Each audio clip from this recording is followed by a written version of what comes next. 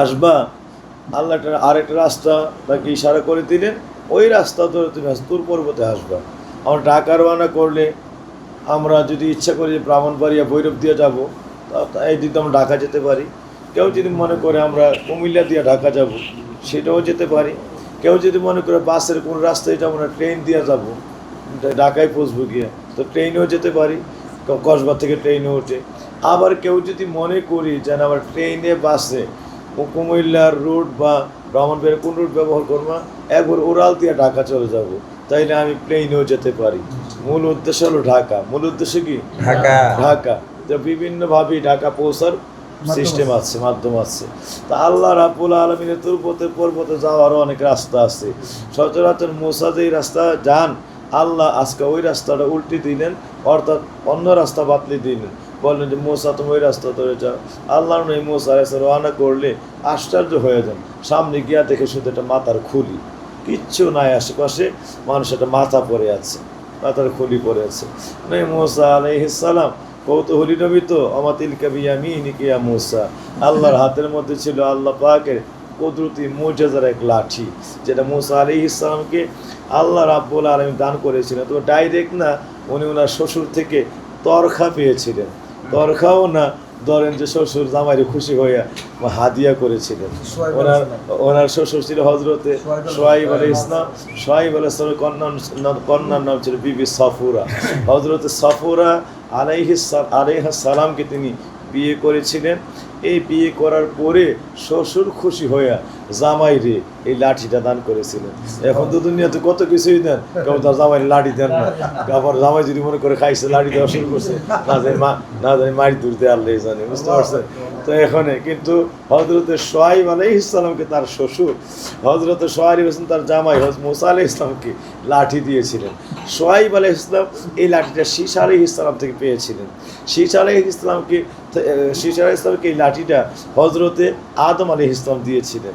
আমার বাপজিরা, মূলত লাঠিটা আদম আলাইহিস সালাম দুনিয়ার কোনো গাছগাছালির থেকে ওইটা নেন নাই। কিতাবের মধ্যে আসছে হজরতে হাওয়া আলাইহিস সালাম যখন জান্নাতের মধ্যে শয়তানের প্ররোচনে, মহিলা মানুষ, নরম মন নরম দিলের মানুষ, যে কোনোভাবে শয়তানের প্ররোচনে পড়ে গিয়েছিলেন, অর্থাৎ যে শয়তান, এই কথাটা অনেকবার শুনছেন, শয়তান যে প্ররোচনা দিচ্ছে, মা গো মা তুমি জান্নাতে কেমন থাকবা, আমার মাত্র কয়টা দিন আছে, তোমার কান্দা আমি কান্দি। শয়তান এমন কান্নার ভান ধারণ করেছে, বেশ ধারণ করেছে, মুরব্বীর বেশ ধারণ করেছে। তো মহিলা হাওয়া আলাইহিস সালাম, মহিলা মানুষ চিন্তা করলে এত কান্না, এত মানে ঘুরে কান্না, বিষয় কি? জানার কাছে আসে দেখে তো চাষা মিয়া মুরব্বী, তারপর দাড়ি দুড়ি পাকায় বেশ ধরছে। তো দাদা আপনি চাষা আপনি কিনলে কান্দে, মা গো আমার লেগে কান্দি না গো মা, তোমার লেগে কান্দে। আমার লেগে তো তোর চাষাই কান্দে, কিনলে কান্দে, বুঝতে পারছেন? মা মাত্র কয়েকটা দিন বাকি আছে, গাছ দেখা যায় গন্ধম, আমি এটার কথা ভাবি আর তোমার কথা ভাবি, কি লেগে ভাবে, এইটার একটা ফল খাইতে হলে তুমি সারা জীবন জান্নাতে থাকবা। আর না খাইলে মাত্র 2 দিন সময় আছে, মা তোমারে বাড়াই দিব, তোমরা বাড়াই দিব দুনিয়ার মধ্যে, ওইখানে রান্না করা লাগে, খাওয়া লাগে, ফসল ফলাদি করা লাগে, চাষবাস করা লাগে। মা গো যে কষ্ট, কেমনে তুমি জান্নাতের একটা মানুষকে এই কাজ করবা জমিনে? এই জন্য তোর লাগে মা, তোর এই পেরেশানির কথা, তোর এই কষ্টের কথা চিন্তা হইলেই অটোমেটিক আমার চোখ দিয়ে পানি ধরতে থাকে। আমি আর সইতে পারি না, সহ্য করতে পারি না। আলাইহিস সালাম মহিলা মানুষ, তো কিছু কী করা লাগবো, ওইটা গন্ধ ফল খাইলেই আর তোমার দুনিয়ার যাওয়ার কোনো টেনশনও করতে হইব, সারা দিন জান্নাত থাকবে, বুঝতে পারছেন? তো আর আদম আলাইহিস সালাম ওই টাইমে, শয়তান আদম থাকা অবস্থায় আসতে পারে না রুমের কাছে। আদম দেখতেছে আদম কই, অনেক দূরে জান্নাতের ভিতরে অনেক দূরে চলে গেছেন ওই ঘর থেকে, যেই করে হযরত আম্মা যেন হাওয়া আলাইহিস সালাম থাকতেন, এখান থেকে অনেক দূরে আদম বিকালবেলা হাঁটতে গেছে আর কি। এই সুযোগটাই নিছে শয়তান, নিয়ে ওই হাওয়া আলাইহিস সালামের ঘরে, বুঝতে পারছে? শয়তান এই জন্য বলছে আন-নিসাউ হিবালাতুশ শায়াতিন, যে শয়তানগুলির একটা রশি হলো মহিলা। পুরুষকে ডাইরেক্ট ধ্বংস করতে না পারলে শয়তান তার পিছনে মহিলা লাগাই, বুঝতে পারছেন? শয়তান তার পিছনে কি লাগাই দেয়? মহিলা লাগাই দেয়। এই সংকলটা এত কঠিন ভয়ানক, এইটার ফেরবে যে পড়ছে তার জীবন শেষ। সুতরাং বাবাজিরা আমার, এই শয়তান হজরতে আদমরে না পাইরা শেষ পর্যন্ত গিয়া হাওয়ার উপরে ভর করছে আর কি। হযরত হাওয়া আলাইহিস সালামকে পরিচিত করার চেষ্টা করছে। তো মহিলা মানুষ দৌড়তেছে গাছের দিকে, মানে আর আদম আলাইহিস সালাম দূরে কাহে, হ্যাঁ সময় নেই, মাত্র 2 দিন আছে, পাঠাই দিব, আর কোন সময় আদম আলাইহিস সালাম রুমে আইব, কোন সময় পরামর্শ করবো।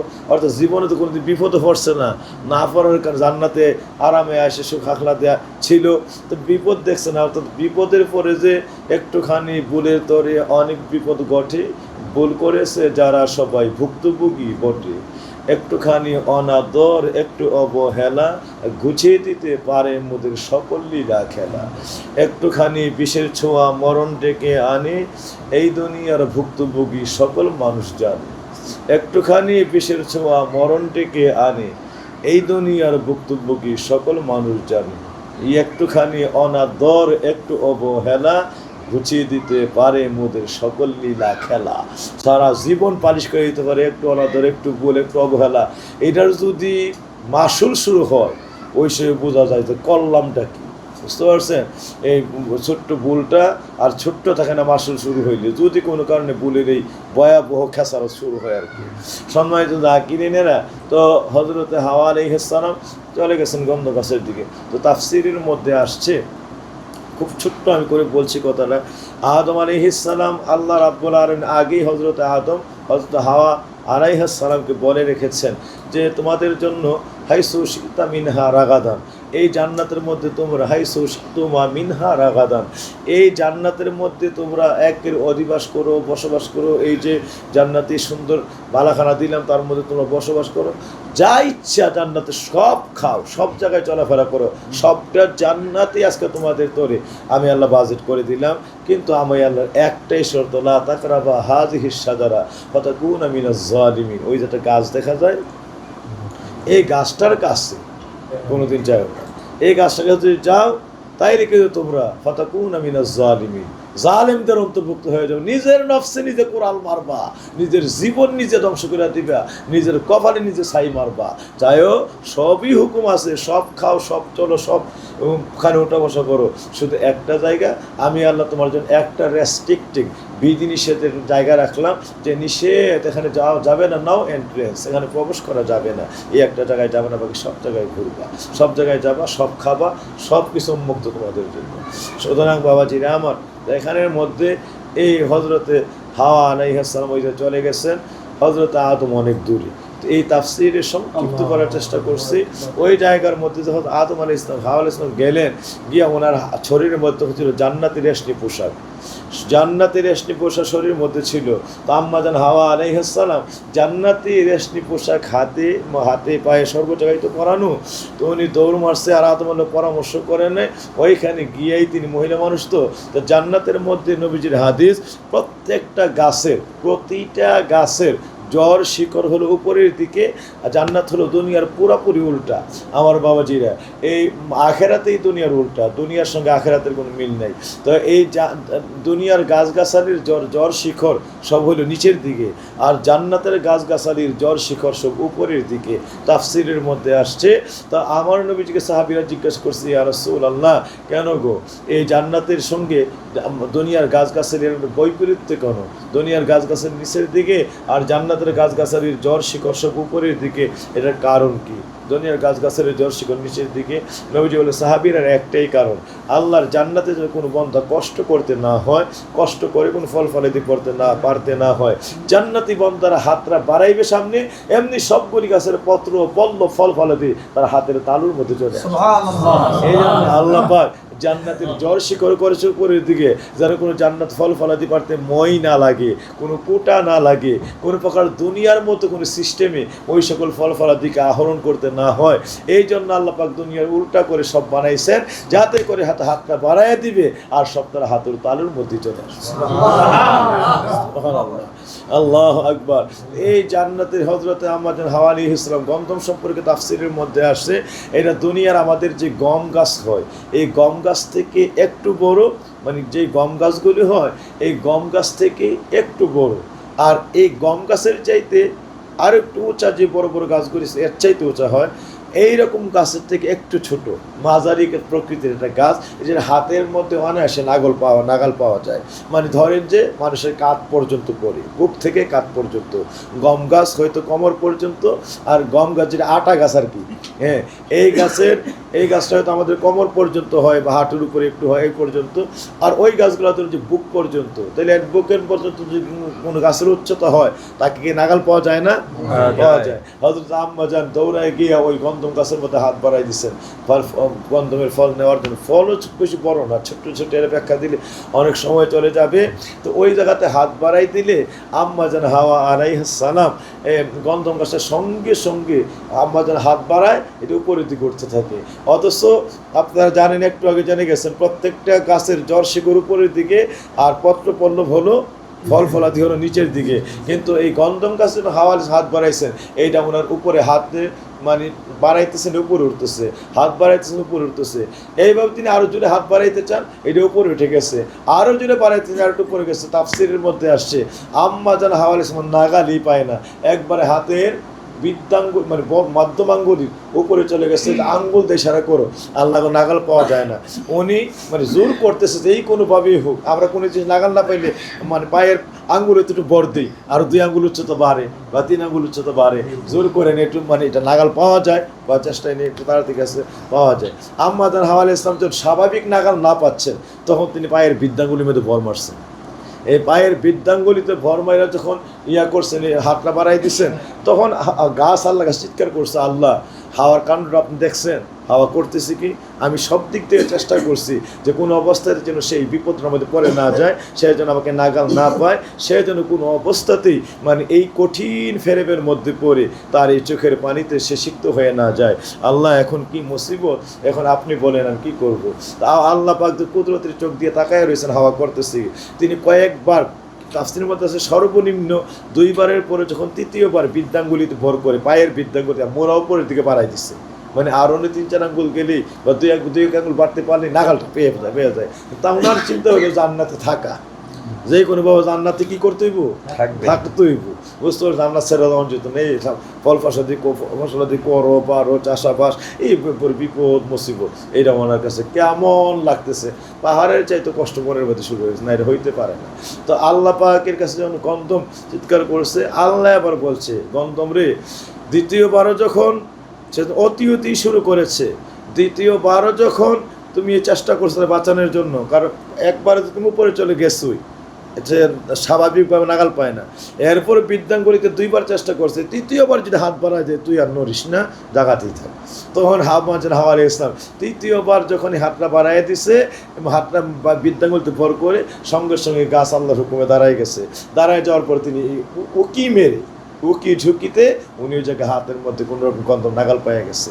এই তখন পাওয়া যায়, দেখেন এই যে হাতটা যখন জোর করে ধরছে, তখন উনি ধরতে গেছে, তখন হাতের এই যে কাপড়টা সইরা আস্তে করে কনির নিচে চলে আসছে। রেশমি কাপড় তো পিছনা, জান্নাতি পিছনা রেশমি কাপড়, এই রেশমি কাপড়টা আস্তে করে হাতের তার এমনি হাতের উপর ধরলে একটু কবজির কাপড়টা নিচেই চলে আসে। তো উনি ঝড় জোর করে ধরছেন, বুঝতে পারছেন না, এটা কনির নিচে চলে আসছে, তাফসীরের মধ্যে আসছে। আর মাথা জোসু করছেন ওই বৃদ্ধাঙ্গুলিতে বর করে, এতে করে মুখের মধ্যে যে ওনার পর্দা করা কাপড়টা ছিল রেশমি কাপড়ের আঁচল, এইটাও সরে পিছন দিকে পড়ে গেছে। মাথার মধ্যে নেকাব ছিল রেশমি কাপড়ের, এইটাও ওই উঁচু করার কারণে সরে মাথার পিছনে পড়ে গেছে।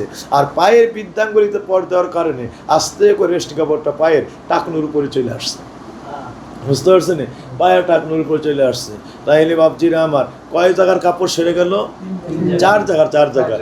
কারণ হাতের কাপড় শরীরে কোনো নিচে চলে আসছে, মুখের কাপড় শরীর পিছনে পড়ে গেছে, মাথার নেকা পূর্ণা যেটা পুরো রাষ্ট্রী ছিল এইটাও শরীর পিছনে পড়ে গেছে, আর সঙ্গে পায়ের কাপড়ও এটা টাকনুর উপরে উঠে গেছে। তো কয়টা হলো, হাতের কাপড়, মুখের কাপড়, মাথার কাপড়, পায়ের কাপড়, 4 জায়গার কাপড় সরে পড়ে গেল।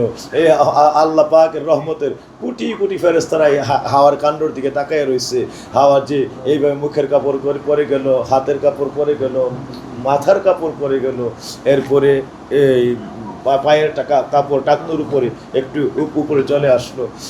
আল্লাহ পাক উনি কষ্ট পাইছে বিষয়টাতে, এই যে হাওয়া আলাইহিস সালাম এই পর্দা লঙ্ঘনটায় এবং এই জোর করে গন্ধ পাড়ার চেষ্টায় শেষ পর্যন্ত 3টা ফল পারছে।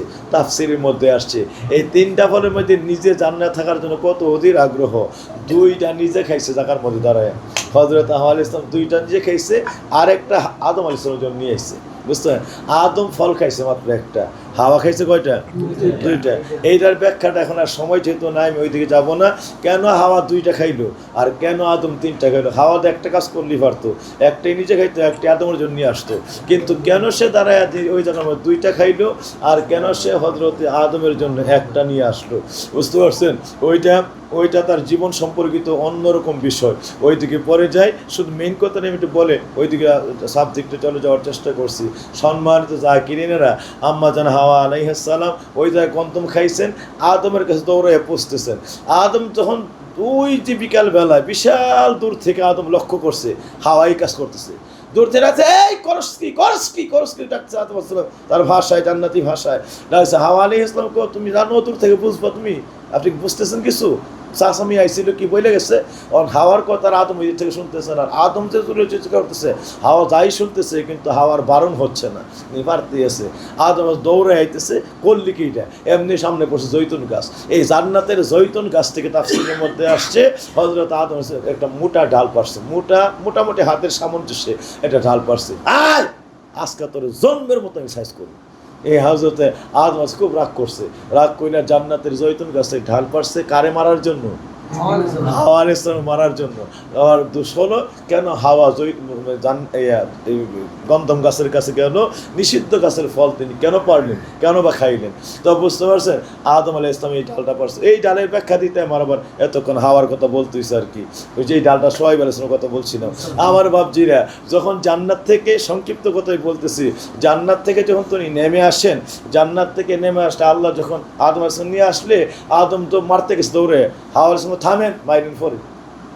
বুঝতে পারছেন না? স্বামীরাত বোঝেন না, মহিলার কাছে কত দিক দিয়ে হার মানা লাগে। বুঝতে পারছেন? রাগারাগি জোরে করে 3 তোর হারো মাইনা চলো লাগে। বুঝতে পারছেন? তো হযরত আদম আলাইহিস সালাম যখন মারতে গেছে, না থাকেন, আপনার কথা ও শুনতেছি, আমারটাকে শুনে। বুঝতে পারছেন? শুরু হয়েছে আগেরটা। বুঝতে পারছেন? কি হচ্ছে শুনছেন? চাষামি আইছিল, আর তোর চাষা কাটা জান্নাতে আবার তোর চাষাকে কোন ব্যস্ত টাকা দিচ্ছে গোষ্ঠীকে চাষা বানাই আনছো। আদম আলাইহিস সালাম গেছে পরে চাষা আসছে, চাষা কেমনে আসছে কথা বুঝতে পারছেন না? তারপরে তুই আমার চাষা বানাইছি, চাষা আমি আইসে আপনি চাষার কথাকে শুনে চাষা কানতে কানতে কোন দায় সারা হয়ে গেছে। আর কি চাষা হয়েছে মাত্র বলে একটা 2 দিন আছে, দুনিয়া বানাইছে আল্লাহ, রান্না করা লাগে, চাষবাস করা লাগে, ফল করা লাগে, কালি জারিতা দোয়া মশা লাগে, কত যে কষ্ট বলে। ওই জায়গায় আমি কেমনে থাম কাঁদতে চাষা বলছে, মা গো তুই যদি ফল খাস সারা জীবন জান্নাতে থাকতে, না খাইলে মা এই সারা জীবন তুই কষ্টের দুনিয়ার মধ্যে একেবারে জীবন বিনাশ হয়ে যাবো। মা এবার আমি তোর পরামর্শ দিয়ে গেলাম, আর আমার চোখের পানি ফালা হয়ে গেল, তুমি আমার এটা রাখলেও পারো, অথবা তোমার কপালে তুমি শনির দশা টাইন না আনলো পারো। ঠিক আছে? যদি মনে করো দুনিয়াকে এই কষ্ট করবা তো খাইও না, আর যদি মনে করো জান্নাত থাকবা, আমার পরামর্শ আমি দিয়ে গেলাম, যদি তুমি মনে করো সুখের জিন্দিগি ধরে রাখবা তাহলে তুমি করতে। তো এই কথা চাষা বলে গেছে, আমি 2টা খাইছি, একটা আপনার দিকে আনছি। বুঝতে পারছি? আমি গেছি কয়টা? 2টা। আদম আলাইহিস সালাম চিন্তা করলো, তুই আসিলি না বলা, আমি তো একটু মানে একা একটা মনে হইতো যে কেমন জানি একটা অস্বস্তি কেমন জানি একা মনে হইতো নিজেরে। তো আল্লাহ তোরে আবার তোমার সৃষ্টি করলো কইরা, তা খলিকা মিন দিলিল আযম, বাম পাজারের বাঁকা হাড় দিয়া আল্লাহ তোরে আদর করে বানায় আমার সঙ্গী সাথী বানাইলো। তো তুমি খায়া জান্নাত থেকে নেবা, আর আমি না খেলে থাকবো দুনিয়ার মধ্যে, তো তোরে ফালাইয়া তাকাও থাকবো। বুঝতে পারছেন? তো চিন্তা করছে এই আদম আলাইহিস সালাম পড়ছে আবার হাওয়া আলাইহিস সালামের পরিচয়। বুঝতে পারছেন? দুনিয়ার প্রেম প্রেমিতে বিপদ আছে। বুঝতে পারছেন? দুনিয়া যত বেশি প্রেম করবেন, এই প্রেমের মধ্যে যত কষ্ট আছে, দুনিয়া লইয়া যত ভালোবাসা লাগাইবেন, আর আল্লাহ নবীর ভালোবাসায় জীবন উজাড় করে দেন, এটার মধ্যে মহা মুক্তি আছে, শান্তি আছে। বুঝতে পারছেন? মানে দুনিয়া প্রেম আদম আলাইহিস সালাম অল্প সময়ের জন্য, মানে হাওয়ার কথায় হাওয়ার প্রেমী উনি পরে গিয়েছিলেন, না হাওয়ারে ফালাইয়া থাকি কেমনে, তখন আল্লাহর কথার উনি অল্প সময়ের জন্য হয়ে গেলেন, বিস্মৃত হয়ে গেলেন, উনি ভুলে গেলেন হাওয়া। যেই মাত্র আদম আলাইহিস সালাম একটা গন্ধম খাইলেন, সঙ্গে সঙ্গে আল্লাহ পাক মানে ওই জায়গার মহা অসন্তুষ্ট হয়ে গেলেন। এমনি ঠাস করে হাওয়ার গায়ের সমস্ত কাপড় পরে গেল, আদম আলাইহিস সালামের গায়ের সমস্ত কাপড় পরে গেল। এই জান্নাতের সব পোশাক ওই জায়গায় পরে যায়। দুইজন ওই আদম আলাইহিস সালাম তো ছোট্টখাটো আদম না, পৃথিবীর 160টা দেশের মাটি দিয়ে আল্লাহ ওনারা বানাইছে। বুঝতে পারছেন? দাকায়েকুল আখবার কিতাবের মধ্যে ইমাম গাজ্জালি রাহিমাহুল্লাহ লিখেছেন, ওই জায়গার মধ্যে হযরত আদমকে আল্লাহ পৃথিবীর 160টা দেশের মাটি বানাইছে, এবং আদম আলাইহিস সালামকে সৃষ্টি করতে আল্লাহ 120 বছর আল্লাহ রাব্বুল আলামিন মানে ওনার এক ইঞ্জিনিয়ারিং প্ল্যান এবং বিভিন্নভাবে উনি এই আদমকে বানানোর জন্য পরিকল্পনা এমনভাবে সেট করলেন। আমার আল্লাহ মাথা থেকে পা পর্যন্ত, মাথা থেকে বুক পর্যন্ত বানাইতে আল্লাহ সময় নিচ্ছে 40 বছর, বুক থেকে কোমর পর্যন্ত বানাইতে সময় নিচ্ছে 40 বছর, কোমর থেকে পায়ের পাতা পর্যন্ত বানাইতে সময় নিচ্ছে 40 বছর। 3 40 কত হয়? 120। এই জন্য এটা আবার একটা তাফসিরে গেলে আমার সময় লাগবে। কিয়ামতের ময়দানে মানুষের কাতারও হবে 120 কাতার। কিয়ামতের ময়দানে মানুষের কাতার হবে কত? 120 কাতার। এই 120 কাতারের মধ্যে আমার দয়াল নবীর উম্মতি হবে 80 কাতার, আর আদম থেকে ঈসা পর্যন্ত সমস্ত নবীর উম্মত হবে 40 কাতার। এত কোটি কোটি খ্রিস্টান থাকার পরেও, এত এত ধর্মাবলম্বী এত কিছু থাকার পরেও আমার নবীর উম্মতের কাতারই হবে 80 কাতার। আমার নবী হুতুবিল বুলুদ আল হুদুদ ফাইন্নী মুকাসিরুন বিকুমুল উমাম, তোমরা আমার উম্মতেরা রে, যেই বংশের নারীরা স্বামী প্রিয় হয়, সবচাইতে বেশি স্বামীর কদর বুঝে, স্বামীরে সবচাইতে বেশি সম্মান করে ওই বংশে তোমরা বিয়ে করো, এবং যেই বংশের নারীরা মানে সন্তান অধিক প্রসব করে, যে স্বামীর সংসারটাকে একদম সাজিয়ে গুছিয়ে দেয়, এইরকম নারীদের বিয়ে করো। ফাইন্নী মুকাসিরুন বিকুমুল উমাম, কিয়ামতের ময়দানে আমি সমস্ত নবীদের কাছে ফখর করব, আমি নবীরই উম্মত বেশি। বুঝতে পারছেন? আল্লাহু আকবার।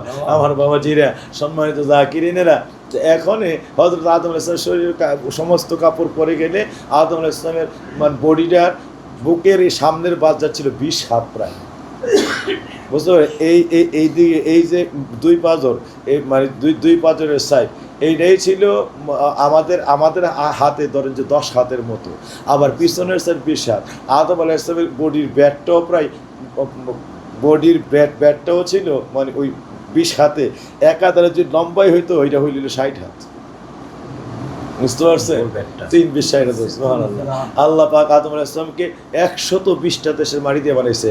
দাঁত বানাইছে এক দেশের মাটি দিয়া, চোখ বানাইছে এক দেশের মাটি দিয়া, চুল বানাইছে এক দেশের মাটি দিয়া, কান বানাইছে এক দেশের মাটি দিয়া, হাড় বানাইছে এক দেশের মাটি দিয়া, এইভাবে প্রত্যেকটা অঙ্গ প্রত্যঙ্গ বানাইছে এক দেশের মাটিতে। এই জন্যই একই দেহের অঙ্গ কিয়ামত পর্যন্ত একটা লোক আর একটা কাজ মিলে না। আপনি সারাদিন মিষ্টি বানাইছেন, হাত দিয়ে মিষ্টি বানাইছেন, মিষ্টির কষ্ট ভুজা এটা সবই পেয়ে গেল, কিন্তু কিয়ামতের পরের দিনে সে বুঝো না মিষ্টিকে বিটারা দিতে। একই দেহের অঙ্গের মধ্যে আস্তে করে হাত দিয়ে উঠায়া মিষ্টির মুখ জিহ্বাত লাগাইয়া দেন, সে সঙ্গে সঙ্গে আইডেন্টিফাই করে দিছে কত মিঠা, কতটা রসালো, কতটা মজা, কতটা মজাদার, কতটা স্বাদ। সব ইঞ্জিনিয়ারিং প্ল্যান মানে খাওয়ার স্বাদের সবের ভিতরে সেট হয়ে আছে। অথচ যে বানাইলো সেই বুঝলো না। একই অঙ্গের, একই দেহের অঙ্গ, হাত কিয়ামতের দিনে বুঝতে পারে না যে মিষ্টি মিঠা না দিটা, কিন্তু এটা বুঝে ফেলছে জিহ্বা। আবার জিহ্বা যেই কাজ করতে পারে, কিয়ামত পর্যন্ত হাত সে কাজ করতে পারে না। আপনার পৃথিবীকে বুঝাই দিতে পারেন, কথা বলতে পারেন, যত কিছু আছে সমস্ত কিছু আপনি এই কথাবার্তা আদান প্রদান, মেসেজ, একটা মানুষকে বোঝানো, যত কিছু আছে মনের ভাবকে জানাই দেওয়া, বুঝাই দেওয়া, এরা জিহ্বা করতে পারে। এই কাজটা আবার হাত করতে পারে না। এবার জিহ্বা হাত যা করতে পারে, এবার কিয়ামত হয়ে গেল বাবাজিরা আমার, চোখের কাজ আর জিহ্বা করতে পারে না। এই চোখ সারা পৃথিবীতে চলার শক্তি, যত কিছু আছে আপনাকে দেখার শক্তি দিয়ে আপনি সারা পৃথিবী চলার সাহায্য করতেছে, যেই কাজ আবার জিহ্বা করতে পারে না। ঠিক এমনই করে এক একটা অঙ্গের এক একটা এমন কাজ, যেই কাজটার দ্বিতীয় অঙ্গটা পাশের অঙ্গটাই করতে পারে না। সুবহানাল্লাহ, আল্লাহু আকবার। তাই আমার বাপজিরা কিয়ামত পর্যন্ত আল্লাহ দলিল সেট করছেন, একটা জিহ্বার মধ্যে যেমন আমি সারা পৃথিবীর যত সৃষ্টিকুল আমি আল্লাহ যত রিজিক বানাইছি, সমস্ত রিজিককে বোঝার জন্য, সমস্ত সাত শক্তি বোঝার জন্য একটা জিহ্বাই যথেষ্ট। এই জিহ্বার জন্য আমি এমন ব্যবস্থা করি নাই যে টক খাওয়ার জন্য একটা জিহ্বা, টকের স্বাদ বোঝার জন্য এক জিহ্বা, মিষ্টির স্বাদ বোঝার জন্য এক জিহ্বা, ঝালের স্বাদ বোঝার জন্য এক জিহ্বা, গোস্তের স্বাদ বোঝার জন্য এক জিহ্বা, মাছের স্বাদ বোঝার জন্য এক জিহ্বা। না, সারা পৃথিবীতে আমি যা বানাইছি মানুষের রিজিক করে প্রত্যেকটা বোঝার জন্য যেমন একটা জিহ্বাই যথেষ্ট, সারা জগতের মালিক হয়ে জগৎ চালানোর জন্য এক আল্লাহ, আমি আল্লাহই যথেষ্ট। আল্লাহু আকবার, আল্লাহু আকবার। এই জন্য এক একটা অঙ্গ প্রত্যঙ্গ এক একটা করার সৃষ্টি করেছে, একক একক একক পাওয়ার দিয়া বুঝাই দিচ্ছে এককের দাম কত। সুতরাং প্রত্যেকটা বন্ধু সারা অঙ্গ প্রত্যঙ্গ সব কাজ করতে পারে, কিন্তু সবাই মিলে কানের দায়িত্ব নিতে পারে না। আপনার চোখ আপনার কানের কথা শোনাই দিতে পারবে না, আপনার হাতগুলি কানের কথা শোনাই দিতে পারবে না। এবার কানে আপনি না শুনলে কেমন ডাকতেছে, না গাড়িতে হুইসেল মারতেছেন, রাস্তায় পেরে যেতেছেন, না গাড়ি নিচে হঠাৎ করে কোন সময় গাড়ি উঠে গেছে বলতে পারবেন না। অসম শুনতেছেন, সঙ্গে সঙ্গে গাড়ি আসতেছে, সাইড হয়ে আপনি আপনার নিরাপদ জায়গায় চলে গেলেন। এই যে কান কি দারোয়ানের কাজ করতেছে, কি যে গার্ডের কাজ করে যাচ্ছে, যেই কাজটা আবার হাতে করতে পারে না। ঠিক না বে? ঠিক। এক একটার একক দায়িত্ব, একক দায়িত্ব। এইটা তো বুঝাইছে আল্লাহ। আমি আল্লাহ এমন একক মালিক যে সারা পৃথিবী চালানোর জন্য গোটা পৃথিবীর স্টিয়ারিংটা আমার হাতে, এক আল্লাহ, আল্লাহু আহাদই যথেষ্ট। সুতরাং বাবাজিরা আমার, ওই জন্য আমার আল্লাহ পাক এমন মালিক, এমন রব। আমার আল্লাহ বলছেন তাফাক্কারু ফি খালকিল্লাহ, বন্দারে আমি আল্লাহর সৃষ্টি লইয়া মুরাকাবা ধ্যানের মধ্যে পড়ে যাও। আমি আল্লাহর অনায়াসে আমার পাওয়ার, আমি খালেকের, আমি সৃষ্টিকর্তার, আমি আল্লাহর উপস্থিতি, আমি আল্লাহ মওজুদ, আমি আল্লাহ রাব্বুল আলামিন দলিল, আমি যে আছি একক মালিক, আমি আল্লাহর পরিচয় তুমি আমি আল্লাহর সৃষ্টির মধ্যে মুরাকাবার ভিতরে, তার অনুসন্ধানের ভিতরে পেয়ে যাবা। এই জন্য বাবাজিরা 1 ঘন্টা কাল মুরাকাবা করা, তাফাক্কারু সাআতিন খায়রুম মিন ইবাদাতিন 60 সানা।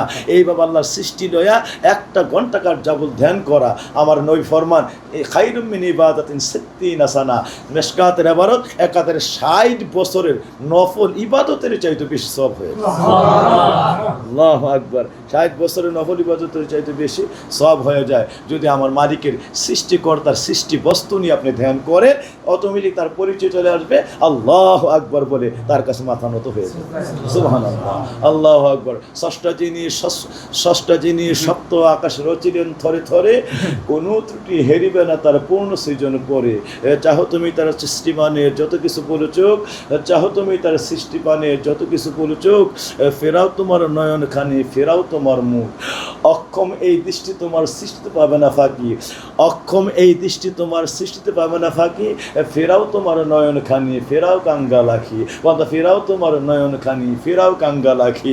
আমার আল্লাহ বলেন ষষ্ঠ যিনি সপ্ত আকাশ রচিলেন থরে থরে, কোনো ত্রুটি হেরিবে না তার পূর্ণ সৃজন পরে।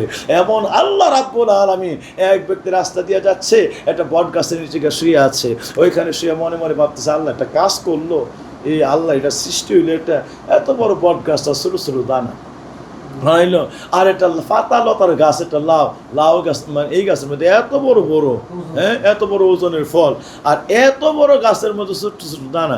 এই শুয়ে শুয়ে ভাবতেছে, পথ চলতে চলতে ক্লান্ত, এই জন্য দুপুরের রোদের মধ্যে গিয়ে গাছের নিচে শুয়ে গেছে, বট গাছের নিচে ছায়া।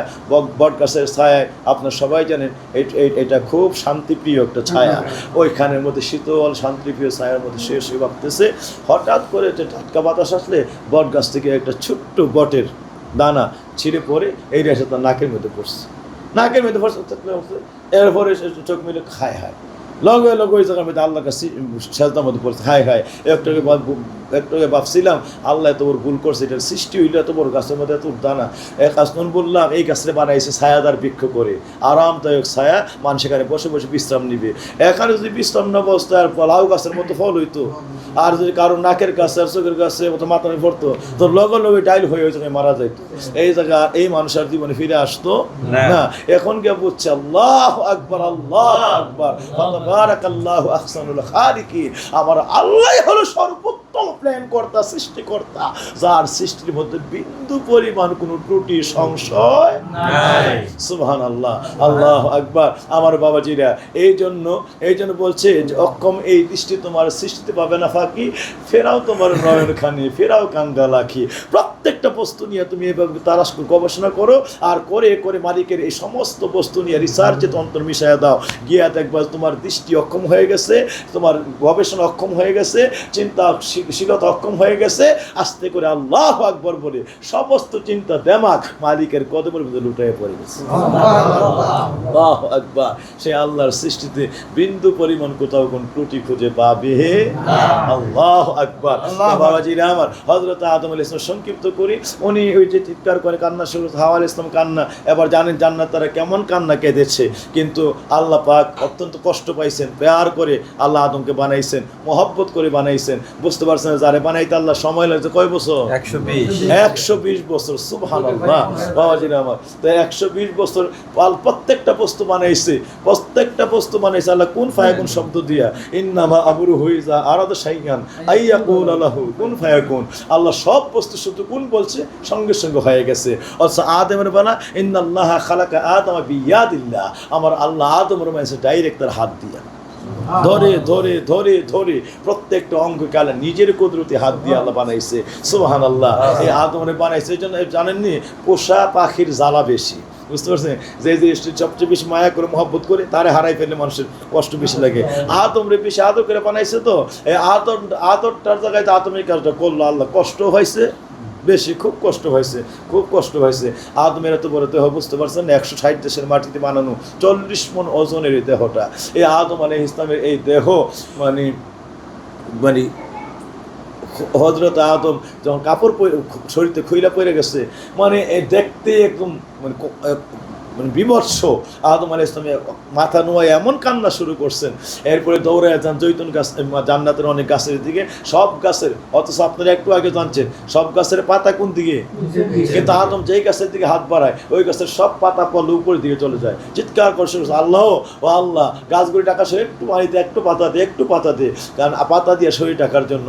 হযরতে আদম আলাইহিস সালাম কথা শুনে গাছ উত্তর দেয়, না আদম, আমরা আল্লাহর একমাত্র মুকাররাবিয়াত প্রাপ্ত, আল্লাহর সন্তুষ্ট প্রাপ্ত, নৈকট্য প্রাপ্ত বান্দাদের জন্য আমরা সকল খেদমত করে থাকি। তুমি আল্লাহর নৈকট্য হারিয়ে ফেলেছ, আল্লাহকে অসন্তুষ্ট করে ফেলেছ, সুতরাং তোমার কোনো খেদমত আমরা করতে পারবো না। সব গাছের পত্রগুলো পড়তে যায়। তখন আদম বুঝছে, আদম যে কাজটা করলো কিতা, গাছ গাছালি পর্যন্ত আদমের এই মুহূর্তে সবাই আদম থেকে সরে গেছে, কেউ বলতে কেউ আর আদমের এখন নাই। আদম আলাইহিস সালাম কল্লি কি হাওয়ারে, কল্লি কি কল্লি করে এই চিৎকার, তখন এমনভাবে কান্না শুরু করছে, জিবরাইলের মায়া লাগে। জিবরাইল আমার কাছে, আল্লাহ ভুল করে দিয়েছে, জীবনে তার কোনোদিন আগে এরকম বিপদে পড়ে নাই, আর কি করবেন? আল্লাহ কেন কথা বলিস না। হয়তো আদম আলাইহিস সালাম আবার সেজদার মধ্যে বলে উঠে পড়ছে, আল্লাহ আমার শরীরটারে এই ফেরেশতাদের সবার চোখের থেকে একটুখানি করে তুমি যা শাস্তি দাও দিও, কিন্তু তাদের কাছ থেকে আমার একটা আবরু করার ব্যবস্থা করো। আল্লাহর এই কথাটা খুব মায়া লাগছে। আল্লাহ রাব্বুল আলামিন যা জিবরাইল যা গিয়া জৈতুন গাছের বল আর যেন উপরে উঠে না যায়, সে তো দাঁড়িয়ে যায়। ওই গাছ থেকে তুই 8টা পাতা নিবি, 8টা পাতা পারবি, এটা আমি আল্লাহর হুকুমই বলবি, বললেই দাঁড়ায় যাবে। তখন হযরত জিবরাইল গিয়া 8টা পাতা পারছে। 8টা পাতা পারলে আল্লাহর কাছে বলছে, কি করবো আল্লাহ? 5টা পাতা হাওয়ার কাছে নিয়ে যা, হাওয়ার হাতের মধ্যে 5টা পাতা ধরাইয়া দে, আর 3টা পাতা আদমরে দিয়ে দে। আদমরে বল 3টা পাতা দিয়ে গোটা শরীরকে ঢেকে নেওয়ার জন্য, আর হাওয়ারে বলো 5টা পাতা দিয়ে শরীর ঢেকে নিয়ে দেওয়ার জন্য, আর বলে দাও আজকের থেকে কিয়ামত পর্যন্ত তাদেরকে আমি কাফনের কাপড় দিয়ে দিতাম। বুঝতে পারছি? আজকে থেকে কিয়ামত পর্যন্ত তাদের কাফনের কাপড় দিয়ে দিতেন। এই জন্যই পুরুষ মারা গেলে 3টা কাপড় লাগে, বিরহান, ইজার, লেফাফা। যেটা আল্লাহ জান্নাতে 3টা পাতা দিয়ে আদমকে শরীরটা খাইছে, বড় বড় বড় বড় জৈতুনের পাতা, জান্নাতি পাতা ছিল সবগুলি, একবার পুরো আদমের দেহ রেখে গেছে। আর হাওয়ারে দিছে 5টা পাতা, বলেছে 3টা হলো ইজার, ফিরহান, ইজার, লেফাফা, আর 2টা হলো, একটা হলো মাথা বন্ধ, একটা সিনা বন্ধ। বলো এই 5টা পাতা দিয়ে তার শরীরটাকে নেওয়ার জন্য এইভাবে মারে যাওয়ার পরে এই কাপড়গুলি, এই পাতাগুলি অনুসরণ করে যেন কাফন দিয়ে দেওয়া হয়। সুতরাং এজন্যই কিতাবের মধ্যে সে সুন্দর ভুবনে নেই মোর ঠাই, এই সুন্দর ভুবনে নেই মোর ঠাই, মোরা ভুল করে এসেছি তাই ফিরে যায়, মোরা ভুল করে এসেছি তাই ফিরে যায়। আমরা আসছি ওই নেসিয়ান থেকে, ভুল করে আমরা ওই জগৎ থেকে বের হয়ে আসছি। আল্লাহ বলছে যাও নিজ জগৎ বানাইছি, ওই জায়গায় কান্না তওবা তসবিহ তাহলিদ আমার রাজি করতে পারলে তখন তোমার আবার সব আয়েব মুক্ত করে আমি আল্লাহ আবার এই জান্নাত ফিরাই দিব। পরীক্ষার জগতে পাঠাই দিলাম, ওয়াল্লাযী খালাকাল মাউতা ওয়াল হায়াতা লিয়াবলুয়াকুম আইয়ুকুম আহসানু আমালা। এখন যাও, তোমাদের জন্য আজকে থেকে মউত বাজেট করে দিলাম, এবং আমি আল্লাহর কাছে ফিরে আসতে হবে। ফিরে আসার মধ্যে যদি এই জগতের বা তোমার জীবনের অপরাধের সব ক্ষমালে আসতে পারো, আবার তুমি মহাজান্নাতের বাদশাহী মালিক হয়ে যাবা। আর না আসতে পারলে পরিণাম ফলের জন্য আমি আল্লাহর আযাব ঘরের মধ্যে নিক্ষিপ্ত হয়ে যাবা। সুতরাং বাবাজিরা আমার, আশিকিন জাকিরেরা, এই জন্য আল্লাহ বলছে কুল্লু শাইইন ইয়ারজি ইলা আসলি, সকল জিনিস তার মূলের দিকে ধাবিত। আমরা যদি কাফনের কাপড় পরে আইছি, এই জন্য একদিন আমরা মইরা আবার কাফনের কাপড়টা পরে খোদার কাছে হাজির হই। এই কাফনের কাপড়টা পরে আল্লাহর দরবারে হাজির হইতে বাঁচার কোনো ক্ষমতা নাই। নাই। এই হাওয়া আলাইহিস সালাম যখন 300 বছর পরে নবী আদমের কান্না মতান্তরে 350 বছর পরে হাওয়ার কান্না কবুল হয়, যখন জান্নাত থেকে তারা চলে আসেন, আল্লাহ পাক 5টা পানি রে আদমের সঙ্গে জান্নাত দুনিয়াতে পাঠিয়েছে, 5টা বস্তু। এই 5টা বস্তুর মধ্যে হযরত আদম ছিল, হাওয়া ছিল, জান্নাতের এক ময়ূর ছিল, এরপরে জান্নাতের একটা সাপ ছিল, এরপরে বাবাজিরা আমার ওই যে জৈতুন গাছের লাঠি, এই লাঠিটা ছিল। এইগুলো এক একটা ব্যাখ্যা। কোন কারণ সেই সাপ কেন আসছে, সাপের কি ব্যাখ্যা, একদিন আমি ওয়াজ অনেকখানি করছিও, বুঝতে পারছেন। সাপ ছিল জান্নাতের পাহারাদার। কেন সাপের অপরাধ, সারে কেন নাম আল্লাহ বলছে ইহবিতু মিনহা জামিয়া, তোমরা সবাই নেমে যাও। এই তো আদমরে বলছে, তাইলে তো ওই তাসনিয়ার সিগে হইলে দুইজনকে, হ্যাঁ তো হইলে না হয়ে আল্লাহ বলছে ইহবিতু, হ্যাঁ তোমরা সবাই নেমে যাও। সবাই কেন, কারণ তারা মাত্র 2 জন ছিলেন না, আরো লোকে 3 জন, এই মোট 5 জনকে আল্লাহ জান্নাত থেকে নামাইয়া দিয়েছিলেন। আর 2 জনকে 2 কথায় বের করছে। যখন শয়তানরে বের করবো, ও খরচ বের হও, বলা অভিশপ্ত শয়তান, এই শয়তানরে বের করছে উখরুজ শব্দ দিয়া, আর আদমকে বলছে ইহবিতু নেমে যাও। আল্লাহ আদম বলছে নেমে যাও শব্দ দিয়া। এইটার মধ্যে তাফসির আছে উখরুজ, এর মধ্যে হল লানতুল্লাহ, আল্লাহ লানত এর মধ্যে নিহিত আছে। শয়তান আর ওই জায়গায় জীবনে ফিরে যাওয়ার কোনো ক্ষমতা নাই। আর ইহবিতু এর মধ্যে একটা আছে যে আমার মধ্যে কান্নাকারি তওবা তাসবিহ তাহলিল করে যদি তুমি অনুগত্য বা আমি আল্লাহর আনুগত্য অর্জন করে ফেলতে পারো, তাইলে ইহবিতু কোনো একদিন আবার এই জায়গায় দেশে ফিরে আসবে। এই জন্য ইহবিতু ফিরে আসার জন্য এখানে একটা গোপন ইশারা আছে। আর খুরুজুর মধ্যে হলো লানত, মানে লানত লুকাইতেছে, এখানে আর তোর কোনো আসার কোনো ক্ষমতা নাই। এই জন্য শয়তানরে বের করছে উখরুজ শব্দ দিয়া, উখরুজ মিনহা, বেয়াদব বের হয় এখান থেকে। এই জান্নাত থেকে আল্লাহ গলা ধাক্কা দিয়া এই শব্দ দিয়ে শয়তানরে বাইর করে দিয়েছিল, গাড়ে ধাক্কা দিয়া। আর আদমকে বের করছে ইহবিতু, তোমরা নেমে যাও।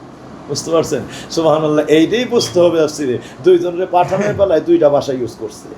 2 ভাষার হাকিকত 2 ধরনের, একজনের জন্য লানত, আরেকজনের জন্য রহমত। সুবহানাল্লাহ।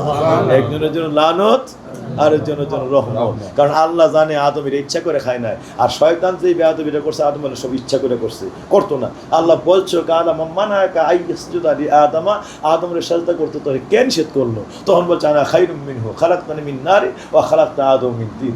একবার ডাইরেক্ট অহংকার করে আমারে বানাইছে আগুন দিয়া, আদম বানাইছে মাটি দিয়া, মাটি উপরে দিল নিচের দিকে চলে আসে, আর আগুন নিচে ধরাইলে উপরের দিকে হয়ে থাকে। সুতরাং আগুনের খাস্তত ঊর্ধ্বমুখী, মাটির খাস্তত নিম্নমুখী। তুমি একটা আক্কলের কথা কইলা, ও ঊর্ধ্বমুখী বস্তুটারে নুইয়া নিম্নমুখী বস্তুটারে সাজদা করা, এটা একটা আক্কেলের কথা কইলা, এটা একটা কমন সেন্স ছিল তোমার, এটা একটা কথা বললা। আল্লাহর আক্কেল শেখায়, সেন্স শেখায়। আল্লাহরে এবার মানে কোন কথা কি বলতে হইব, এবার আল্লাহরে কমান্ড করি। আল্লাহ রাব্বুল আলামিনকে আবার শিখাইতেছে আমি আগুন ঊর্ধ্বমুখী। তখনই আল্লাহর রাগটা হয়েছে ঠিক মতো। বেয়াদব, আমি বানাইছি আগুন, আমি জানি না কোনটা ঊর্ধ্ব আর নিম্ন। আমি মাটি বানাইছি, আমি জানি না মাটি কোন মুখী। তুই আমার আসো এই কয়টা কোন মুখী, শিক্ষা দেওয়ার দেবে। বেয়াদব কোথাকার। এই তখন আল্লাহ এত লাভ হয়ে গেলেন, সঙ্গে সঙ্গে আল্লাহ রাব্বুল আলামিন বের হয় এখান থেকে, আইসুমির রহমাতিল্লাহ, আমি আল্লাহর রহমত থেকে চিরনিরাশ। আমার কাছে আর বিন্দু পরিমাণ কোনো রহমত তোর অবশিষ্ট নাই। সমস্ত কিছু পুইরা চাই হয়ে যায়, ইবাদত এলেম যা আছে সব পুইরা চাই। আমার আল্লাহ ঘাড়ে ধাক্কা দিয়ে শয়তানকে বের করে দিয়েছে। সুতরাং অহংকারের কোনো জায়গা আমার আল্লাহর কাছে নাই। আর আদমের কাছে সবসময় বিনয়, রব্বানা যালামনা আনফুসানা ওয়া ইল্লাম তাগফির লানা ওয়া তারহামনা লানাকুনান্না মিনাল খাসিরিন। আল্লাহ তুমি যদি ক্ষমা না করো, তুমি যদি দয়া না করো, আমি যেই কাজ করছি, আমি আমার আত্মার উপর জুলুম করে বসছি, তুমি যদি রহম না করো, আল্লাহ আমি চিরতরে ধ্বংস হয়ে যাব, ক্ষতিগ্রস্ত হয়ে যাব, আল্লাহ আমি জীবনে বরবাদ হয়ে যাব। এই যে ভাষা, এই যে বিনয়, এই যে তাওয়াজু, এই যে নম্রতা, এই যে এনকেসারি, আল্লাহর একেরে মানে 350 বছরের কান্নার ভিতরে তারপরে আল্লাহ পাক জবান খোলে না। কারণ এখানে একটা আল্লাহর কুদরতি কারিশমা লুকায়িত রাখছে। সেটা হলো আদমের জবান থেকে শুনতে চাইছিল আমার প্রিয় নবীর নামের উসিলা আদম কখন নিবে, এইটা আল্লাহ অপেক্ষায় ছিলেন। যদি আদম আলাইহিস সালাম যতক্ষণ মতো উসিলা না হলে আমার নবীর, ততক্ষণ পর্যন্ত দোয়া আল্লাহর দরবারে কবুল হবে না। আমি এদিকেও নবীর উসিলার বিষয়ে আরও আশ্চর্য সেদিকে যাই না। নবী আদম আলাইহিস সালাম যখন এই তওবা কবুল হয় 350 বছর পরে, হাওয়া আলাইহিস সালাম, আদম আলাইহিস সালাম, তখন আল্লাহ রাব্বুল আলামিন 2 জনকে হুকুম করলেন, আজকাল থেকে তোমাদের জন্য আমি অজু ফরজ করে দিলাম। এই অজু ফরজ হয়। আল্লাহ অজু কেমনে করে? ওই যে জান্নাতের মধ্যে গন্ধম পড়তে গেছিল হাওয়া, তখন হাতের কাপড় শরীরে কনে নিচে চলে আসছে, কিয়ামত পর্যন্ত এইটাই তোমার প্রথম নাপাক অঙ্গ, যে অঙ্গ থেকে কাপড় সরে যায়। এই জন্য কিয়ামত পর্যন্ত এই জায়গাটা দোয়া আমি ফরজ বানাই দিলাম। যখনই উজু থাকবে না, ওই উজুটা ছুটে যাবে, তখনই তোমরা অজুর মধ্যে হাত ধোয়া তোমার জন্য ফরজ করে দিলাম। মাথার কাপড় শরীরের পিছনে পড়ে গেছিলো, এই জন্য অজুর ভিতরে মুখ ধোয়া ফরজ বানায়, মুখের কাপড় শরীরের পিছনে পড়ে গেছিলো, এই জন্য মুখ ধোয়া ফরজ বানাই দিলাম। মাথার কাপড় শরীরের পিছনে পড়ে গেছিলো, এই জন্য কিয়ামত পর্যন্ত মাথা মাসে করা ফরজ বানাই দিলাম। এবং পায়ের কাপড় শরীরে টাকলোর উপরে চলে আসছিল, এই জন্য কিয়ামত পর্যন্ত পা ধোয়া ফরজ বানাই দিলাম। এই বুঝতে পারছেন? এই সেই দিন থেকে, অর্থাৎ জান্নাতের গন্ধম গাছের এই গন্ধম পাড়ার এই আদম হযরত হাওয়ার এই প্রথম নাপাক হওয়া অঙ্গগুলি থেকে এইটির মধ্যে নাপাক শুরু হয়। এই অঙ্গগুলির মধ্যে দিয়েই এই জন্য আল্লাহ পাক কিয়ামত পর্যন্ত পবিত্রতার হুকুম করছে এই অঙ্গগুলি দিয়ে। যখনই আপনি কোনো কারণে সাধারণ নাপাকি, অর্থাৎ আপনি যখন এই অজুর কাবিল হয়ে যান, যা আপনার অজু চলে যায়, ছুটে যায়, তখন আপনি এই অঙ্গগুলির মাধ্যমে অজু করতে হবে, আপনার পবিত্রতা অর্জন করতে হবে। প্রথম যে অঙ্গগুলি নাপাক হয়েছে, আল্লাহর দরবারে অপবিত্র হয়েছে, এইগুলি দিয়ে অজু মানে শরীরকে পবিত্র করতে হবে। সুবহানাল্লাহ। এই জন্য আল্লাহ পাক অজুতে এই 4টি অঙ্গকে ধোয়া আমাদের জন্য ফরজ করলেন, ওই হযরত আম্মা জান হাওয়া আলাইহিস সালামের এই ঘটনা থেকে। সুবহানাল্লাহ। সম্মানিত যাকিরিনেরা, আল্লাহ ওয়ালাদের খেদমতে বলতে চাই, হযরত আদম আলাইহিস সালাম জান্নাত থেকে ওই লাঠিটা নিচ্ছে, কারে মারার জন্য নিছিল? হাওয়ারে মারার জন্য। যখন তিনি দুনিয়াতে চলে আসেন, 5টা বস্তু আল্লাহ তার লোকে দিয়ে দিচ্ছে, হাওয়া সহ এই 5টা বস্তুর মধ্যে একটা ছিল জান্নাতের সেই জৈতুন গাছের লাঠি, যে এটা হাওয়ারে মারার জন্য উনি জৈতুন গাছ থেকে পারছিলেন। বুঝতে পারছেন? আসার সময় লাঠিটা আবার হাতে করে নিয়েছে। আসার সময় লাঠিটা কি করছে? হাতে করে নিয়ে আসছে। এই লাঠিটা হযরত আদম আলাইহিস সালাম উপহার দিয়ে গেছে হযরত শীশ আলাইহিস সালামকে। শীশ আলাইহিস সালাম থেকে উপহার পাইছে হযরত সোহাইব আলাইহিস সালাম।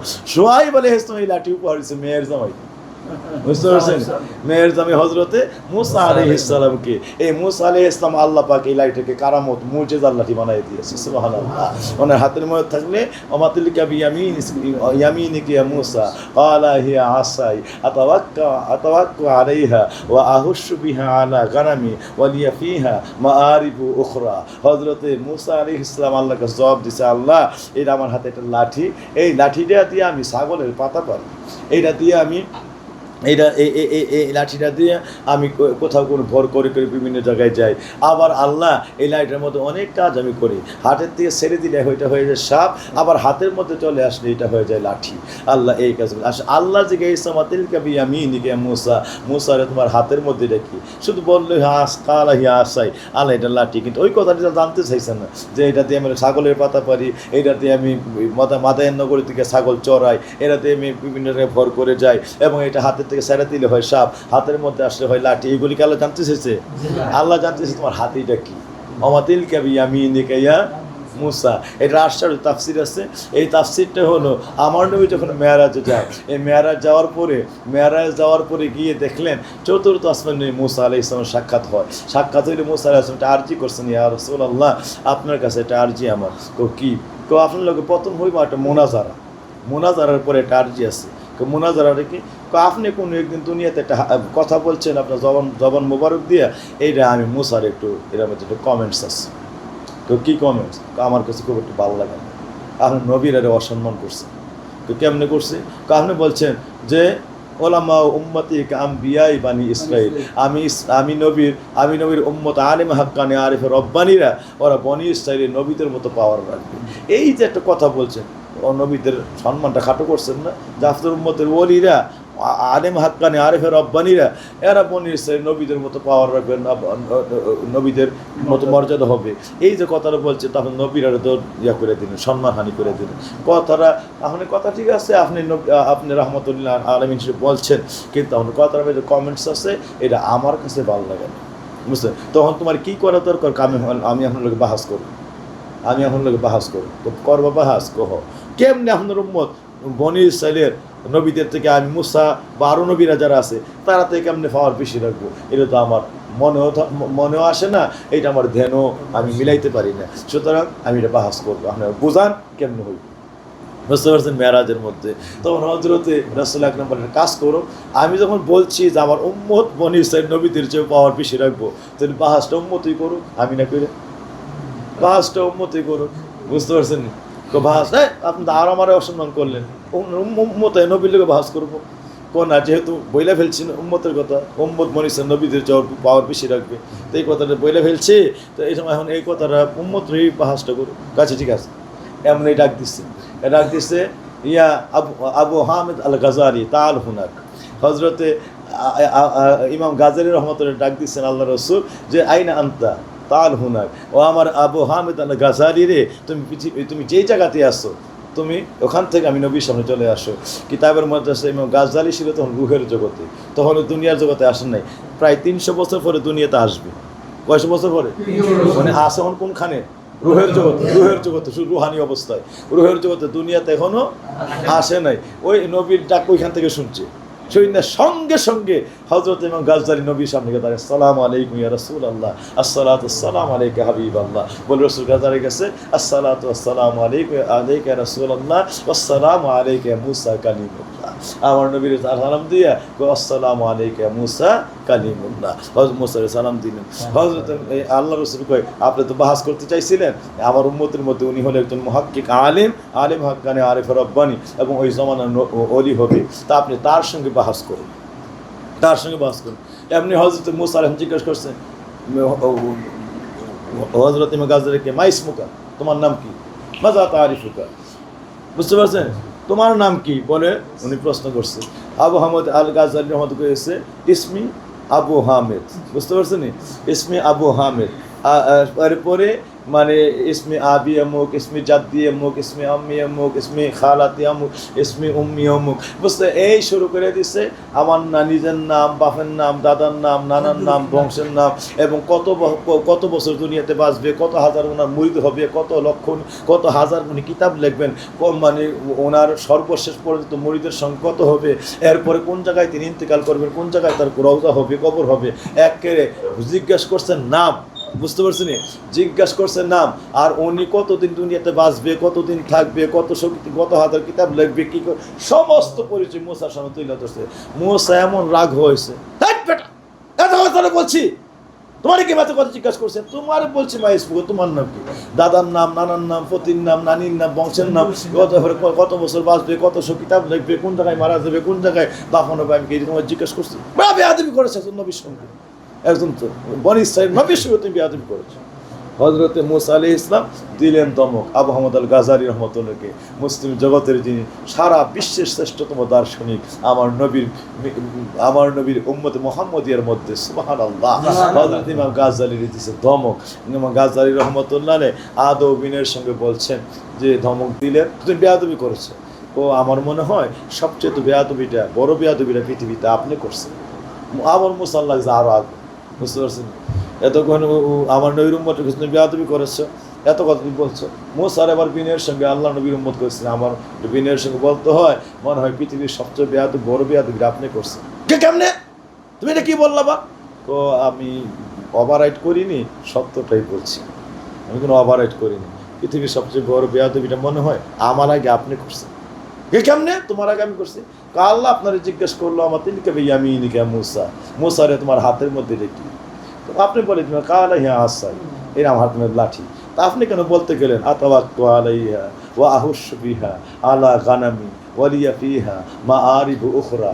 এই যে বললেন যে আমার হাতের মধ্যে লাঠি, এটা যে ছাগলের ফাতাফারি, মাদায়ন নগরীকে ছাগল চড়ায়, এটাতে আমি হাইটে এক জায়গাতে ভর করে যাই, এবং এটা হাতের মধ্যে থাকলে থাকে লাঠি, হাতের থেকে সারা দিলে হয়ে যায় সাপ, আবার হাতে আসলে চলে আসলে হয়ে যায় লাঠি। আল্লাহ কি আপনার কাছে জিজ্ঞাসা করছে এটা কি সাপ না ব্যাং না অন্য কিছু? এত কিছু আল্লাহ জানতে চায় না। আপনি বলেন আপনি কি আমার দাদার নাম জানেন কোন না, আপনি কি আমার নানার নাম জানেন কোন না, আপনি কত বছর বেঁচে থাকবো জানেন কোন না, আমি কত হাজার কিতাব জানেন কোন না, কোন জায়গায় মারা যাবো জানেন কোন না, কোন জায়গায় রওজা হবে জানেন কোন না, তো একটাও জানেন না। যিনি জানেন না তারা জানাইছি। এবার বলেন আপনি হাতের মধ্যে লাঠি আছে এটা আল্লাহ জানেনি কো জানে, এটা যে ছাগলের পাতা ফানেন জানেনি কো জানে, এইটা দিয়ে যে আপনি ছাগল চড়ান জানেনি কো জানে, এইটা হাতে ছাইরা দিলে সাপ হয়ে যায় জানেনি আল্লাহ কো জানে, এইটা আবার হাতে বের চলে আসে লাঠি হয়ে জানেনি আল্লাহ কো জানে। জানুন না আল্লাহর যে কথাটা কইলেন এত কথা জিজ্ঞাসা হাত কি বলে তুমি লাঠি জানেন না আল্লাহর এই যে এতগুলি ব্যাখ্যা দিয়ে এত কথা বললেন, তো সবচেয়ে বড় বিয়ে আল্লাহর লোক আপনি করছেন, সবচেয়ে বড় বিয়ে আল্লাহর লোক আপনি করলেন, যে আল্লাহ সব জানে, ওনার কাছে কেন এত ব্যাখ্যা আপনি বলতে গেলেন, কেন করলেন? আর আপনি জানেন না বিনয়ের সঙ্গে আমি আমার পরিচয় জানাইছি, সুতরাং আপনি জানেন না বিনয়ের সঙ্গে আমার পরিচয় জানাইছি, আর আল্লাহ জানে আপনি সব বলা শুরু করে দিন আল্লাহর সঙ্গে। কারণ আল্লাহর জীবনে কথা বলতে সুযোগ পাই না, আল্লাহ যখন জিজ্ঞাসা করছে মনের মানে পরখে মনের প্রশান্তিতে সুযোগ পাইছে, মালিকের লোক কথা বলতেছি, এই জন্য এত কথা মন করে বলছি, মানে একটা জায়গা তার 10টা বলতে চেষ্টা করছি।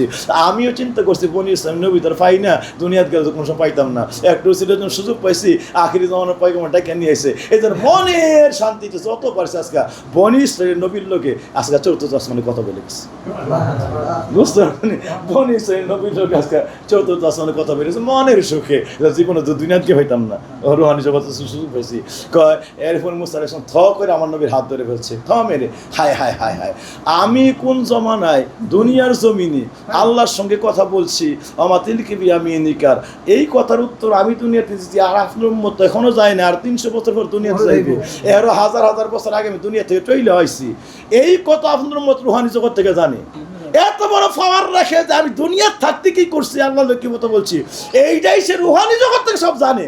ইয়া রাসূলুল্লাহ, আমি এই মুহূর্তে সাক্ষ্য দিন আনা সাধুকা, আমি আপনাকে সাক্ষ্য দিচ্ছি মা কাসমুল্লাহ ওয়াল্লাহি বিল্লাহি, আল্লাহর কসম করে বলছি আপনি যা বলছেন কালিমাতুকা হাদিসুকা হক, আপনার কথা চিরসত্য, যে আপনার উম্মত বনি ইসরাইলের নবীদের চাইতে পাওয়ার বেশি না। সুবহানাল্লাহ সুবহানাল্লাহ, আমি আপনি এই মুহূর্তে সাক্ষ্য দিলাম আপনার উম্মত বনি ইসরাইলের নবীদের চাইতে পাওয়ার বেশি রাখবে, কারণ আমি দুনিয়াতে আর মুসার ওখানে ইসার হযরত গাজালি দুনিয়ার আর ওখানে জগতে, সেই জগৎ থেকেই যদি দুনিয়া না এই জানতে পারে, আর এই যে দুনিয়াতে গেলে পাওয়ারটা কি, আল্লাহু আকবার সুবহানাল্লাহ, এই হলো আল্লাহর ওলিরা, আল্লাহু আকবার, তাদের পাওয়ার যে আল্লাহ তাদের সিনার মধ্যে কি দান করেছেন।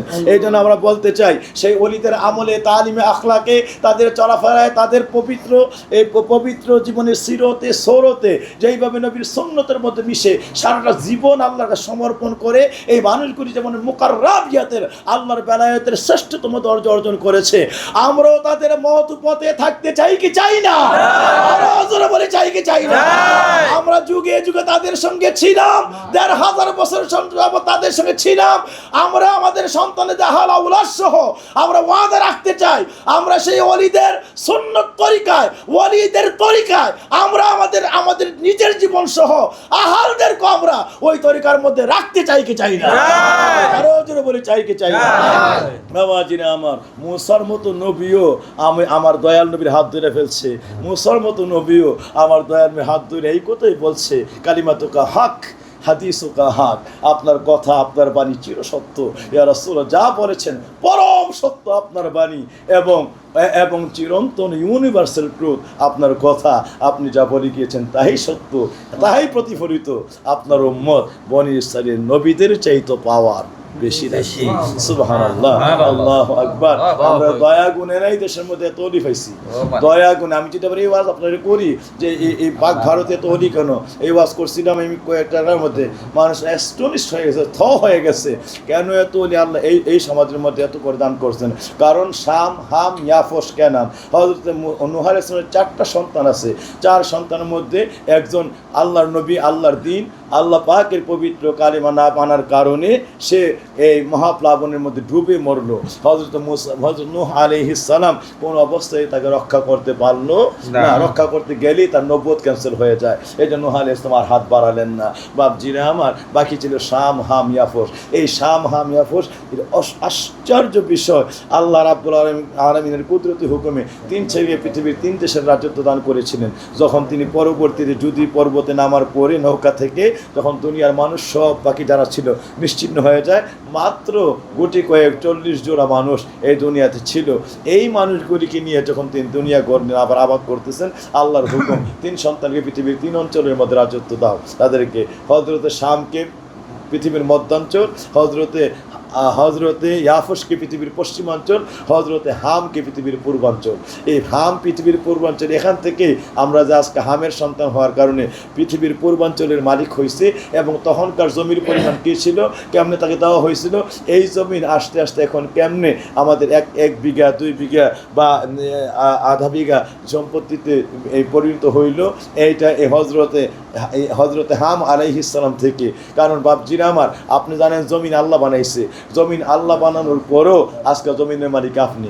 কেমনে মালিকটা হইলেন? বানাইল আল্লাহ, আপনি মালিক কেন? আপনার নামে কেন জমিন? তা আল্লাহর নামে থাকার কথা, সব জমিন বানাইছে আল্লাহ। এই জমিনকে আপনি এক মুষ্টি মাটিও বানানোর কারো ক্ষমতা আছে? একটা মুঠ মাটি একটা আপনাদের এরকম ডাইরেক্ট আল্লাহ বানাইছে কেটা? আপনি কেমনি? ঠিক প্রশ্ন আসে না? আল্লাহ আকবার। এখানে আশ্চর্য আছে কেমনে আপনার হয়েছে। এই জন্যই যেমন আজকে আপনি এই জায়গাতে, এটা হাম আলাইহিস সালাম থেকে ঘটনা ঘটছে। এই ঘটনা এখান থেকে এই পর্যন্ত আমরা এসে যার জন্যই পাইছি। এখন মনে করেন যে ফুরকানের এই বাড়িটা, এখন যদি জিজ্ঞেস করি ভাই ওই এই বাড়িটা কার? ফুরকানের, এই জমি জামা সহ যেটা আছে। তখন আপনি যে সকালবেলা এসে এই ঘরের চতুর্দিক দেখেন আলাদা একটা দেওয়াল করেন, আর এলাকার মানুষ দেখে কী করতেছ তুমি? আরে এটা এই জায়গাটা আমার ভালো লাগছে, এইটা আমি দেওয়াল দিয়ে আজকে আমার জন্য এটা আমি করতেছি, হেফাজত করতেছি, এই বাড়িটা এখন থেকে আমি দখল করবো, আমি থাকবো, এটা আমার বাড়ি। তো এলাকার মানুষ জিজ্ঞেস করলে কী হয়েছে, কলে ভাই আমার ভালো লাগছে এই জন্য কেন? এমনি ফুরকান দেখছে, লাগলো ঝগড়া, গাই বেটা আমার বাড়ি তুমি কেমন নাও, গাই মেয়ে আমার তোমার বাড়ি কই ফেটে, আল্লাহ বানাইছে, মানে এই জন্য আমি আল্লাহর জায়গা দখল করছি, তোমার সমস্যা কি? বলেন তো সকালে কি মামলা হামলা ঝগড়া কমবে না বাড়বে? হ্যাঁ, লোকটার যুক্তি ছিল আল্লাহ বানাইছে। এখন মূলত কি এই কথা কয়ে কি পাওয়ার ক্ষমতা আছে? কারণ এই বাড়ি দখল করতে হলে ফুরকান বিক্রি করতে হবে অথবা দান করতে হবে, এরপরে দলিল দিতে হবে। এইভাবে ফুরকানের হাতের সাইন স্বাক্ষর, এইগুলোর মাধ্যমে আপনি কেউ যদি নিচে মালিক হবে। আল্লাহ বানানো আল্লাহ, কিন্তু সাইন স্বাক্ষর এখন কে দিতে হবে? ফুরকান। ঠিক এমনইভাবে আমার আল্লাহ, এটা ওয়াজটা করলাম না আর কি, কেমনি আপনি মালিকটা হইলেন। ঠিক এমনইভাবে আল্লাহই বানাইছে জান্নাত, বানায় সেরকম ইন্না আতাইনা কাল কাউসার ফাসাল্লি লিরাব্বিকা ওয়ানহার ইন্না শানিয়া কাহুয়াল আবতার। আমার আল্লাহ রাব্বুল আলামিন কোরআনের মধ্যে জানিয়ে দিয়েছে, ইয়া রাসূলুল্লাহ ইন্না আতাইনা কাল কাউসার, এই কাল কাউসার ইয়ানি জামিউন নিয়ামা। তাফসীরের মধ্যে আসছে আল্লাহর যত নিয়ামত আছে সব বানায়া, আল্লাহ জান্নাত থেকে শুরু করে যত নিয়ামত রাজি সব বানায় নবীর কাছে, ইয়া রাসূলুল্লাহ কাল কাউসার সব আমি আপনাকে দান করে দিলাম। সুবহানাকা জামিউন নিয়ামা ইয়া রাসূলুল্লাহ, আপনাকে সব নিয়ামত দান করে দিলাম। এখন যখন আল্লাহ নবীরে দাঁড়াইছে, এই নবীরে দেওয়ার পরে এই জান্নাত আর ডাইরেক্ট আপনি হওয়ার ব্যবস্থা নাই। যেমন ফুরকানের বাড়ি, ফুরকান যখন যেমনি কিনে বেচে যে মালিক হয়েছে, এই বাড়ি ফুরকানের হওয়ার পরে আপনি যেমন ডাইরেক্ট আর মালিক হওয়ার ক্ষমতা নেই, ফুরকান থেকে দলিল নিতে হইব, ফুরকানের মাধ্যমে আপনি পাইতে হবে। ঠিক আমার দয়াল আল্লাহ যদিও বানাইছে, এবার সমস্ত নিয়ামত এবং জান্নাত হাউজে কাউসার সব নবীর দিয়া দিছে। এবার কেন নবী করতে হয়? নবী করার কারণে একটা, কারণ আমার নবী পাক আল্লাহ বানাইছেন, আল্লাহ দান করে দিয়েছেন রেজিস্ট্রি করে আমার নবীর নামে, আমার নবী সব কিছুর মালিক হয়ে গেছে। এবার যেটা পাইতে চান, এই জন্য আমার আল্লাহ রাব্বুল আলামিনকে রাজি খুশি করতে হলে, যেমন আদম আলাইহিস সালাম মাগফিরাত রহমত ক্ষমা আল্লাহই বানাইছে, বানায় আবার নবীর হাতে দিয়ে রাখছে। এই জন্য বাবাজিরা আমার, আল্লাহর কাছে ডাইরেক্ট আদম তওবা করে ক্ষমা হয় না। আমার আল্লাহ পাক আদম আল্লাহর দরবার লুটায় পড়ে আছে 350 বছর, ক্ষমা হয় না। কারণ মাগফিরাত রহমতের ভান্ডারটা আল্লাহ নবীর হাতে দিয়ে রাখছে। এই জন্য যেই দিন আদম আলাইহিস সালাম নবীর নাম লয়ে ডাকটা দিছে, আমার আল্লাহ রাব্বুল আলামিনকে এই নাম ধরে ডাক দিয়েছে, সঙ্গে সঙ্গে আল্লাহ 99টা মায়ের সাগরের মধ্যে ক্ষমা মাগফিরাতের ঢেউ শুরু হয়ে গেছে। আমার বাপজিরা আশিকিনে জাকিরিনা, এই জন্যই আমার আল্লাহ রাব্বুল আলামিন এই তখনই আদম আলাইহিস সালামকে সমস্ত ক্ষমার বারতা, রহমত ও নাজাতের সব দরজা দিয়ে কবুল করে নিলেন। তাইলে অথচ এত বছর ডাইরেক্ট আল্লাহরে ডাকলো, কিন্তু কবুল হয় না। যখন 350 বছর পর নবীর নামটা লইল, তখনই ক্ষমা উতলায় উঠছে, রহমতের দরিয়ার মধ্যে তুফান শুরু হয়ে গেছে। সুবহানাল্লাহ। আমার বাবাজিরা, ঠিক তেমনি ভাবে যত কিছুই বলেন সমস্ত নিয়াম আমার নবীরে আল্লাহ পাক দান করেছেন। এবার পাইতে হলে ওই ঠিকানা ধরে আপনাকে তালাশ করতে হবে। আপনি কোটি যাইতে, আপনি চট্টগ্রাম চিঠি লিখছেন, চট্টগ্রাম যাইবেন, আপনি উদ্দেশ্য চট্টগ্রাম। এখন যদি আপনি চট্টগ্রামের গাড়িতে না উঠে আপনি যদি আবার চমনিতে যাওয়া শুরু করছেন, চমনি দিয়া রুট গেছে চট্টগ্রামের দিকে, আপনি যদি সিলেটের রাস্তায় গাড়ির মধ্যে উঠে যান, তাহলে কিয়ামত পর্যন্ত সিলেট থেকে আরও জাফলং শিলংকে ঘুরতে পারবেন। চট্টগ্রাম আর যাওয়া হইতো না। চট্টগ্রাম যাইতে হইলে আপনি এই গাড়িতে উঠতে হবে। তা আল্লাহ বলেন রাস্তা ঠিকই আছে, রাস্তা চট্টগ্রামের রাস্তা, সিলেটের রাস্তা, কিন্তু আমারে পাইতে হইলে আমার গন্তব্যপ্রস্থ হলে নবী নামক রাস্তা দিয়ে তোমার চলতে হবে। এ ছাড়া আমি আল্লাহ পাওয়ার দ্বিতীয় কোনো ওয়ে, দ্বিতীয় কোনো ব্যবস্থা নাই। সুতরাং আমার রাজধানীতে আল্লাহ পাকের মাগফিরাতের রাজধানী পৌঁছতে হইলে নবী নামক রাস্তা দিয়া, আমার সুন্নত নামক রাস্তা দিয়া আমি আল্লাহর কাছে পৌঁছতে হবে। সুতরাং বাবাজিরা আমার, এই জান্নাত সব নিয়ামত আল্লাহ বানাইছেন, বানায় আল্লাহ নবীরে আল্লাহ মালিকানা দান করে দিয়েছেন। এই জন্য আমার আল্লাহর নবী যখন কিয়ামত আল্লাহ এটা মায়া লাগে, থাক দিয়া তো আল্লাহকে কবুল করলাম, আল্লাহ এটা মায়া লাগে, এটা বাফার করে দো, কবুল করলাম। কারণ নবীর মায়া লাগে, নবীর জান্নাতের জন্য এটা সুপারিশ করছে, আল্লাহ লগলে কবুল, লগলে ভাসপা আলিমান সীতা, যতক্ষণ মন না পড়ে আপনি যতক্ষণ পর্যন্ত সাফায়াত করতে থাকেন, ওলা সফায়ুতি রাব্বুকা ফাতারদা, আপনার যতক্ষণ পর্যন্ত নিজে না বলবেন সন্তুষ্ট, হ্যাঁ আমার জান্নাত আমি আমার ইয়াদেরকে, আমি আমার গুণাগারদেরকে আমার বক্তব্য আমি টেনে নিয়ে গেছি, আপনার যতক্ষণ মন না ভরবে ততক্ষণ আমি ওই জান্নাতের দরজা একটু বন্ধ করব না। ইয়া রাসূলুল্লাহ, সুতরাং বাবাজিরা আমার, এই জান্নাত আমার আল্লাহ রাব্বুল আলামিন বলবেন, ইয়া রাসূলুল্লাহ আপনারই জন্য আমি বানাইছি জাহান, শুধু আপনারই সম্মান দেখাইতে টানাইছি মিজান। আপনি যে কিয়ামতে কেমন বাদশা, আখিরাতের কেমন বাদশাহী আপনার হাতে, আপনি যেমন কেমন বন্ধু, আপনি হাতে দল্লি সঙ্গে সঙ্গে নাজাতের দরজা খুলে যায়, এইটা বুঝায় দেওয়ার জন্য হাসরের মাঠ। আর নাইলে আমি কবর থেকেই জানি কে জাহান্নামী কে জান্নাতি হইব, শেষ পর্যন্ত কি হইব আমার কাছে অতীত বর্তমান ভবিষ্যৎ সব আমার কাছে জানা, আমার কাছে কোনো অজানা বলতে কোনো শব্দ নেই। তাহলে আমি তো কবর থেকে জান্নাতি যেতে পারবো, হাসরের ময়দানের কাম কি, মিজান ফুল সেরাতে দরকার কি? কারণ হলো একটা আপনারে বুঝাই দেওয়ার জন্য। ওই জায়গার থেকে জাহান্নামীটারে জাহান্নামে দিয়ে দিতাম, জান্নাতির জান্নাত দিয়ে দিতাম, কিন্তু না, নাটকের অবতারণা, সিনেমার অবতারণা করেছি শুধুমাত্র আপনার জন্য। হাসরের ময়দানে মিজান টানাইছি, আর আপনি যখনই গুনাহগার বন্দার গোনা ওজন হয়ে যায় বেশি, কিন্তু আপনি নবীরে ভালোবাসতো, মহব্বত করতো, কিন্তু আমলটা তো ভালো আসিল না। আপনি দৌড়ে যখন এসে পাল্লাই ধরবেন, অথবা আমার কাছে একটু সুপারিশ করবেন, অথবা রহমতের হাতটা রাখবেন, সঙ্গে সঙ্গে সমস্ত গুনাহ মাফ হয়ে লগে লগে গুনাহগারটা জান্নাতি হয়ে যাইবে। আপনি দল্লি ক্ষমার দরজা খুলে যায় হাসরের ময়দানে বুঝাইয়া দেওয়ার জন্য। এই পাওয়ারটা হাসরের বাদশাহী কার হাতে, হাসরের বাদশারা কেমন, পাওয়ারটা কি, এইটা বুঝাইয়া দেওয়ার জন্য হাসরের ময়দান। আপনারই জন্য আমি বানাইছি জাহান, শুধু আপনারই সম্মান দেখাইতে টানাইব মিজান, শুধু আপনারই সম্মান দেখাইতে টানাইব মিজান। সুবহানাল্লাহ। শুধু নবীর সম্মানটা বুঝাইয়া তো, নবীর পাওয়ারটা কি।